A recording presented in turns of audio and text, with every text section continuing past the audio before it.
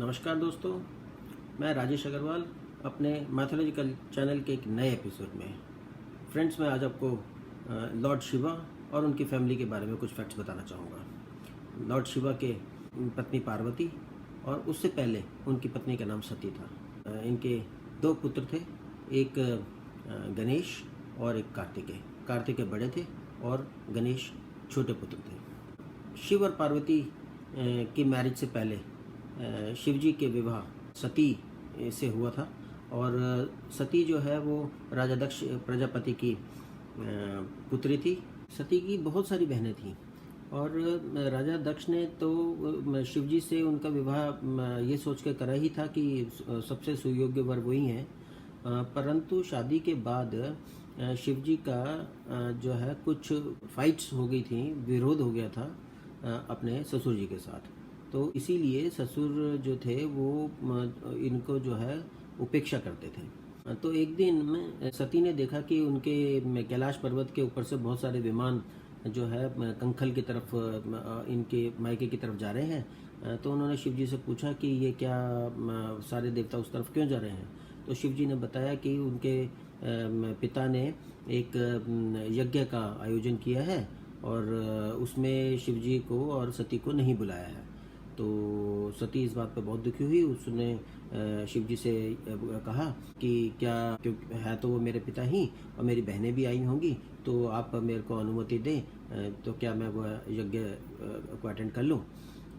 पिता ने ना भी बुलाया तो फिर क्या हुआ, अपने घर में जाने के लिए कोई परमिशन की रिक्वायरमेंट थोड़ी ना है। शिव जी समझ गए थे कि सती को मना करने पे भी वे रुके नहीं, तो इसीलिए उन्होंने कहा कि वैसे तो बिना बुलाए जाना नहीं चाहिए, पर आपको लगता है तो जो आपकी इच्छा है वो करें। ये सुनकर के सती वहाँ पर गई और यज्ञ में जो है उनके पिता ने उनको बिल्कुल वेलकम नहीं किया। और तब जब यज्ञ कर रहे थे तो उन्होंने देखा कि उन्होंने दामाद का आसन भी, शिव जी के लिए आसन भी नहीं रखा है और उनका कोई भाग भी नहीं रखा है जो देवताओं का होता था। इस पर सती ने अपने फादर को क्वेश्चन किया तो उसके फादर ने शिव जी के बारे में काफ़ी बुरा भला कहा और ये कहा कि वे तो उसको देवता ही नहीं मानते हैं, वे तो भूतों के पालक हैं और राख शरीर पे लगाते हैं। तो इस पर सती बहुत दुखी हुई और उसने उस दुख में अग्नि कुंड में ही उन्होंने छलांग लगा दी और मृत्यु को प्राप्त हुई। सती के साथ एक वीरभद्र शिव जी ने भेजे हुए थे और तब वीरभद्र बहुत गुस्सा हुए। तब उन्होंने वहाँ पे मारकाट मचा दी और पूरा हड़कंप मच गया। तब जब शिव जी को पता लगा तो वह वहाँ पे भागे भागे आए और उन्होंने सती को अपने कंधे पे उठाया और बहुत गुस्से में आ गए और तब उन्होंने अपने तीसरा नेत्र भी खोल दिया। और वीरभद्र ने इस दौरान दक्ष प्रजापति की गर्दन भी अलग कर दी थी धड़ से। और तब शिव जी सती को लेकर के जो है पूरे तांडव किया उन्होंने और सारे देवता घबराए और वह जो है विष्णु जी के पास गए और उन्होंने कहा कि शिव जी के तांडव नृत्य को आप थोड़ा कंट्रोल करें। तब ये सारा एपिसोड देखते हुए विष्णु जी ने अपने सुदर्शन चक्र से सती के शरीर जो वो लादे हुए थे अपने कंधे पे उसको हल्का किया और उनके अलग अलग अंग जो है काटे। तो ऐसे 51 उनके डिफरेंट शरीर के अंग जो है वो धरती पे अलग अलग जगहों पे गिरे। 51 जो शरीर के अलग अलग जहाँ पर अंग गिरे वो 51 शक्तिपीठ कहे जाते हैं और उसमें कुछ भाग चाइना में गिरे, कुछ पाकिस्तान में गिरे, कुछ 2 उड़ीसा में गिरे, एक कलकत्ता में गिरा और एक कामाख्या टेम्पल आसाम में गिरा। तब सती की मृत्यु के बाद शिव जी तपस्या में लीन हो गए और विरक्ति की तरफ उनका इंटरेस्ट हो गया। उसके बाद एक और कथा है कि सती जो है उन्होंने पार्वती के रूप में जन्म लिया राजा हिमावत के घर में और उनकी माता का नाम मेनका था। वह मेनका डिफरेंट मेनका है। पार्वती जब बड़ी हुई उनके लिए सुंदर वर की ढूंढने की बात हुई। तब नारद मुनि एक बार हिमावत के पास आए और तब पार्वती ने उनको नमस्कार करने के लिए वहाँ पर आई। नारद जी ने कहा कि इनके लिए सुयोग्य वर जो है वो शिव जी के अलावा कोई और नहीं हो सकते। तब नारद जी के साथ और पार्वती जी के साथ हिमावत खुद शिव जी के पास गए, तो वो वहाँ पर तपस्या में लीन थे। और तब नारद जी के कहने पर शिव जी ने ये कहा कि ये अपनी जो पुत्री को पार्वती को उनके पास छोड़ना चाहते हैं सेवा करने के लिए। तब पार्वती जी ने शिव जी की बहुत सेवा की और उनके आसन क्लीन करती थी, फ्लावर्स लेके आती थी और उनका नित्य प्रतिदिन जो है ध्यान रखती थी सेविका के रूप में। पर शिव जी को जो है उनसे कोई इंटरेस्ट नहीं था और वे केवल उनको एक सेविका के रूप में ही परमिशन उन्होंने दी थी। ऐसा चलता रहा।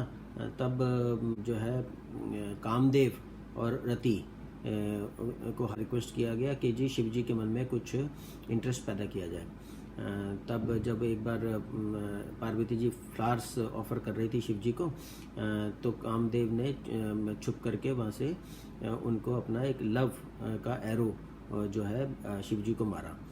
तो शिव जी उनको पता लग गया कि उनको कोई जो है डिस्टर्ब कर रहा है।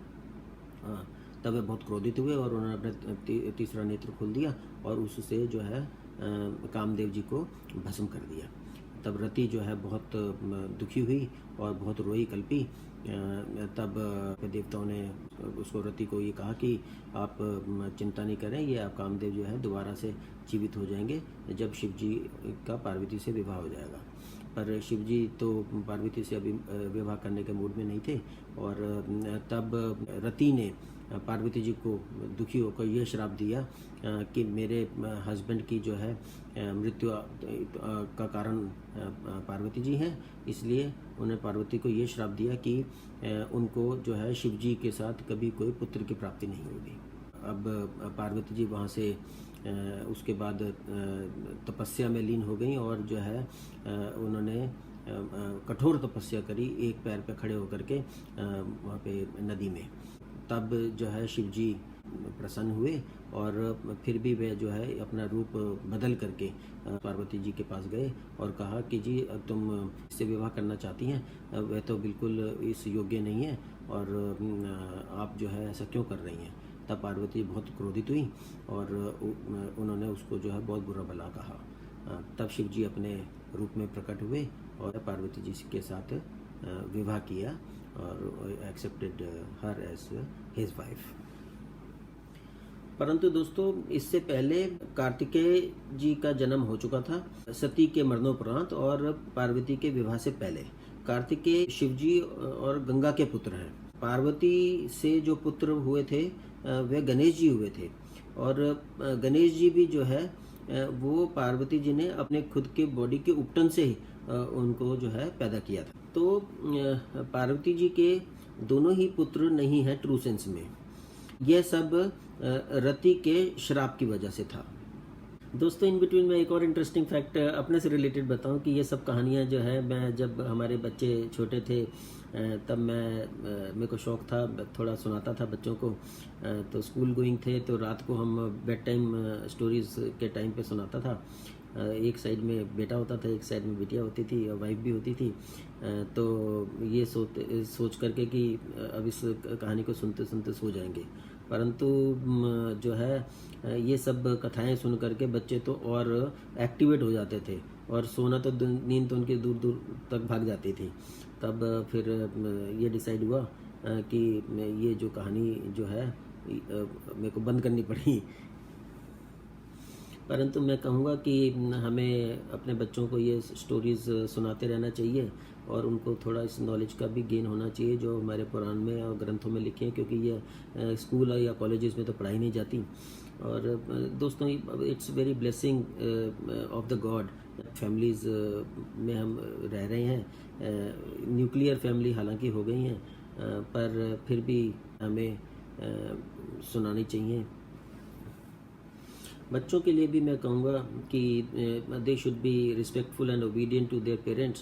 पेरेंट्स जो है भगवान का ही रूप है, जो इसलिए इनका कभी दिल नहीं दुखाना चाहिए, चाहे हम कितने ही बड़े हो जाएं, कि बहुत गेनफुली एम्प्लॉयड हो जाएं, सक्सेसफुल हो जाएं, पेरेंट्स को जो है हमें हमेशा नतमस्तक रहना चाहिए और we should be obedient to them. हमारी कोई ईगो नहीं होनी चाहिए उनके सामने। हमारा उनसे कोई कंपटीशन थोड़ा ही है। कंपटीशन करना है तो हमें बाकी बाहर जो है सोसाइटी के लोगों के साथ करना चाहिए, and not with your own parents. खैर, let me come back to the story of Kartikeya and Ganesh ji. क्या आपको मालूम है कार्तिकेय की पूजा इतनी नहीं होती जितनी गणेश जी की होती है।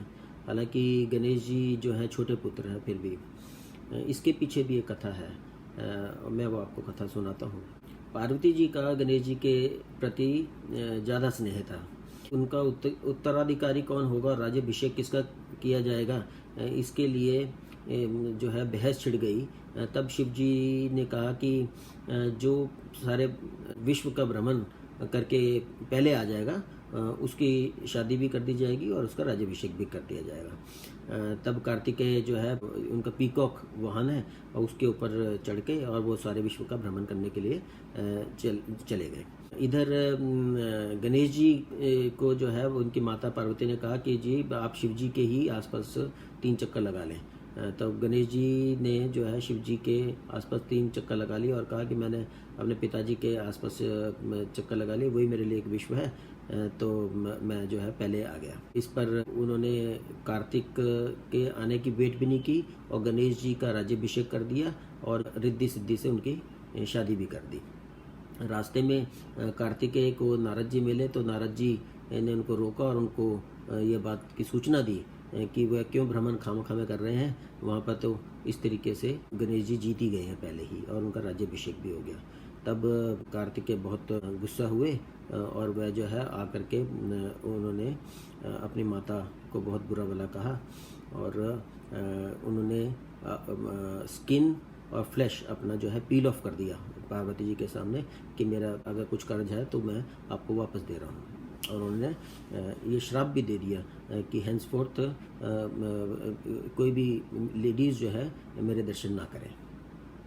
तो इसके बाद वे नाराज़ होकर के और बटाला में एक के नज़दीक 8 किलोमीटर दूर एक अखिलेश्वर टेम्पल है, वहाँ पर जा कर के वहाँ पे वो जो है अपने गुस्सा होकर के वहाँ पर उन्होंने निवास बना लिया। तब 33 करोड़ देवी देवता वहाँ पर उनको मनाने गए और पर उन्होंने उनको एंटरटेन नहीं किया। तो आज भी उस जगह पर दिवाली के 8वें दिन बाद भव्य मेला लगता है और ये कहा जाता है कि वहाँ पे 33 करोड़ देवी देवता आते हैं और उस जगह की बहुत मान्यता है। इसके बाद कार्तिकेय जो है एक पिंडी रूप में सरस्वती नदी के पास जो है स्थित हो गए और उस जगह वो जगह जो है पेहवे में है, हरियाणा में, और वहाँ पे उन्होंने कहा कि जो भी यहाँ पर आकर के पितरों का अगर पिंडदान करेगा तो उनके पितरों को मोक्ष की प्राप्ति होगी। आज भी वहाँ पर पेहवे में जाकर के हिंदू मैथोलॉजी के अनुसार वहाँ पे लोग पिंडदान करते हैं और वहाँ पे सरस्वती नदी अभी भी सुप्तावस्था में वहाँ पे विद्यमान है, कुछ कुछ पानी वहाँ पे दिखता है। तो कार्तिकेय को वहाँ पे जो है सिंदूर और तेल चढ़ाया जाता है जिससे वे थोड़े शांत हों। तो कार्तिकेय के 2 ही मंदिर हैं, एक मैंने बताया बटाला के पास अचिलेश्वर और दूसरा जो है पेवे में। साउथ में जरूर कार्तिकेय पूजे जाते हैं in the form of Murugan या सिकंद। तो स्कंद पुराण वो कार्तिकेय से रिलेटेड ही है। बाद में कार्तिकेय जी को देवताओं का सेनापति बना दिया था and therefore he is considered also a Lord of victory and war. और मैं ये बात तो बताना भूल ही गया कि कामदेव जी को भी जीवित कर दिया गया था जब शिवजी और पार्वती का विवाह हो गया था। So this is briefly regarding Lord Shiva, goddess Parvati and their family. So friends, this is all for today. I'll come in my next video on some other topic. Do give me some feedback and do subscribe my channel if you like it. Thank you very much.